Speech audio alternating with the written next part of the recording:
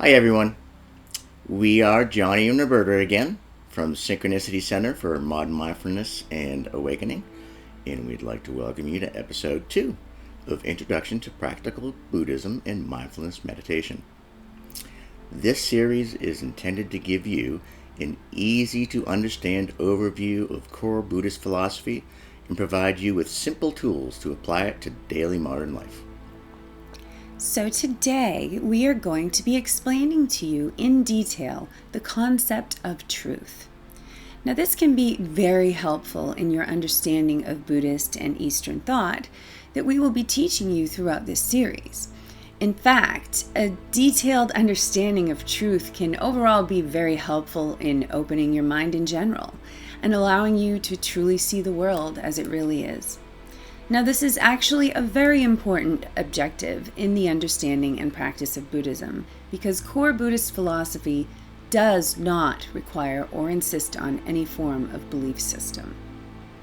And as a reminder, please subscribe to our channel, follow us on Facebook and Instagram, and if you are at all able to support the work we are doing with Synchronicity Center, as we are a 501c3 nonprofit organization, please consider making a donation through our website, synchronicitycenter.org. So let's get started. Okie dokie. So probably one of the most important things for us to talk about and explain to help give you a frame of reference for Buddhist understanding is our very convoluted concept of truth. It's important for you to understand that there are actually several categories and subcategories of truth. So to start, we have two main types of truth. There are empirical truths, which could also be called natural truths, and conceptual truths, which could also be defined as man-made truths. Now, empirical truths are what we would consider as natural truths.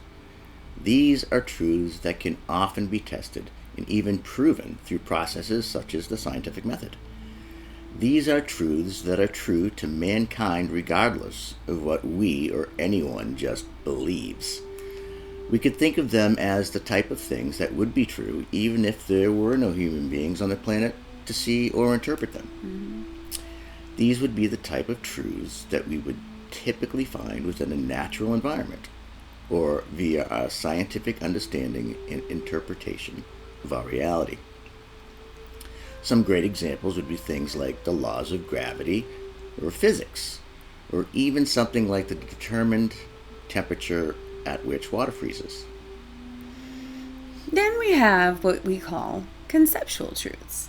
Now, unlike empirical truths, conceptual truths are only true because of human existence and human beliefs.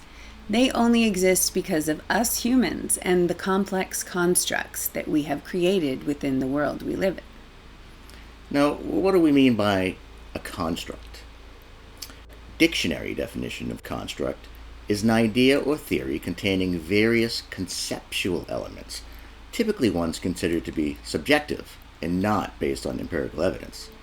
For example, history is largely an ideological construct. Some more specific and practical examples of subjective or false constructs would be something like paper money. If you look at it practically, the paper itself isn't worth anything. It's only worth what we as a society collectively agree and believe it to be worth. Another one would be the existence of international borders. There are no such thing as borders in empirical science. They are all just imagined ideas that have been constructed by humans and agreed upon over time, and many times disputed. Words and languages are another excellent example of a construct. Think about it. Words are just sounds that we make.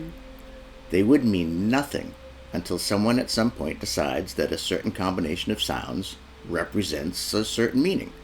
Words simply symbolize meaning. They are not the meaning themselves. So, moving on further with truth, we have two types of conceptual truths to contend with and wrap our heads around.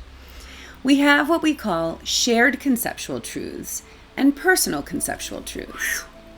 It's getting complicated. Now, shared, or what we could even deem as societal conceptual truths, are things like the rules and laws that we have devised within the legal system, different religions, norms of our culture, or customs within our societies. The important thing to be noted is that these are the types of truths that exist only because they have been derived and agreed upon communally for the sole benefit of a collective group of people to peacefully exist and live together within a society. And we can see the reality of societal conceptual truths when we reflect upon the many fallen civilizations within the history of the world. Every fallen civilization represents a dissolution of the shared conceptual truths that held that civilization, society, and culture together. Right, it's true. Another great example of a shared or societal conceptual truth would be something like gold and silver. If you were to ask yourself which is more valuable, you would obviously answer, at least at this day and age, gold. But if you truly think about that, the statement that gold is more valuable than silver is only actually true because we, as a society, at some point collectively decided, and now believe, that gold is the more rare or valuable metal and hence worth more. It depends entirely on humanity for it to be true. And it is something that is accepted and believed by most everyone. But consider this. If there were never any humans on Earth, or something catastrophic should happen and humans faced extinction all over our planet, gold and silver would have absolutely no monetary value at all. Now, not to be morbid, but it's an important concept for you to understand. This will lead you much further along this path to the understanding that many things we believe to be truths are actually superficial constructions that occur only within our minds. The implications of this perspective and understanding is that the seriousness and true meaning of these types of truths can continuously be widely questioned by our own selves. But we are getting a little ahead of ourselves for now, so let's get back to the truth of the value of gold and silver. Now, one differentiation you can make is that this type of truth is what we would call a shared conceptual truth, because it's true outside of just our own personal mind space and belief system. It's not just something I alone believe, it's something most everyone believes. And it's only true because our current society as a whole wholly agrees, believes, and accepts it to be true. Now, these types of truths are also very important, because our ability to design and maintain any successful civilization depends entirely on our ability to coexist peacefully and work together in a cohesive fashion. All political, economic, and even religious systems actually operate and are successful because of shared beliefs in conceptual truths. For example, the shared truth that it is wrong to intentionally take the life of another, or steal property that doesn't belong to you. Or something as simple as our agreement that a paper dollar bill is actually worth $1. Or that your little piece of flat rectangular plastic that you call your debit card represents values of money that you have in your bank account. Or even something as simple as a red light appearing while driving means to stop your vehicle. Hopefully. Yeah, hopefully. These truths are what allow us to give authority to people in political or governmental roles as we share our belief in the truth that their jobs and titles come with a duty of responsibility for all of us. One of the most fascinating things to consider is that it is these shared conceptual truths that even allow us to determine what we consider our nationalities and cultures to be, since we share the truths of those imaginary delineated national borders, as we mentioned before. I mean, think about it. These lines and dissections of our globe were all just created at some point in history by some people who were in power at the time who decided, for example, okay, if you live on this side of the river, you're Norwegian. If you live on that side of the river, you're Russian. It's basically the made-up rules that allow us to play this ever-changing game of life. So then, as if to make things even a bit more confusing in the realm of truths, we also have the second type of conceptual truths. These are what are known as personal conceptual truths. These are the type of truths that form in our own minds as we grow and develop our own preferences and opinions. These are the truths that are true for me personally because of my personal belief in it. These truths would not exist or be true if I didn't exist. So you could think of it in a way that our personal truths are a lot like our opinions. There's one spiritual author, Fred Davis, who likes to remember them as what he calls BOPs, beliefs, opinions, and preferences. For example, chocolate is tastier than vanilla. A hot climate is better than a cold one. Purple is a nicer color than yellow, or Brussels sprouts taste disgusting. In essence, that's what opinions are. They are personal truths for you that may not be true for anyone else. But then we need to consider that there are even deeper personal truths that are concerned with the way we view ourselves. Things like, I'm intelligent, or I'm just not that smart. Or no one ever listens to me, or I'm so influential and important, or even what I say makes no difference, and things like that. Like all personal truths, though they may have no factual basis, they are true for you because you believe them. And that's where a problem can lie. Sometimes believing these things can be detrimental to you. It can be really easy to beat yourself up mentally over these limiting beliefs you have in your head if you believe them to be factual truths about yourself. But the fact is, these types of personal truths are very important because every single one of us has them. Your personal truths are part of who you are and how you view, think of, and value yourself. And my personal truths are also part of the very same things for me. And it should be noted that everyone's personal truths are different, even if they are about or related to the very same things. Essentially, our unique perspectives are what determine our truths. It's important to know that this can also apply to groups as well, not just individuals, such as if a whole group only experiences a specific perspective or aspect of society, that whole group will be certain that their perspective in truth is the correct and right one. And they will reassure each other that they are all seeing things clearly. Yet, they may not be seeing the whole picture. And this sometimes can lead to circumstances known as groupthink or mob mentality, and can also lead to war. Okay.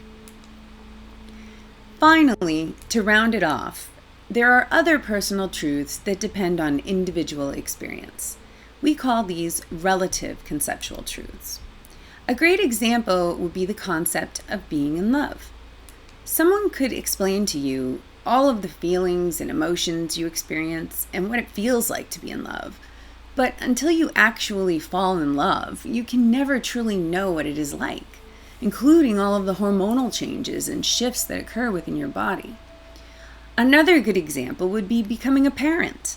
If you do have children, imagine going back in time before you had kids and trying to tell yourself what it will be like to be a father or a mother.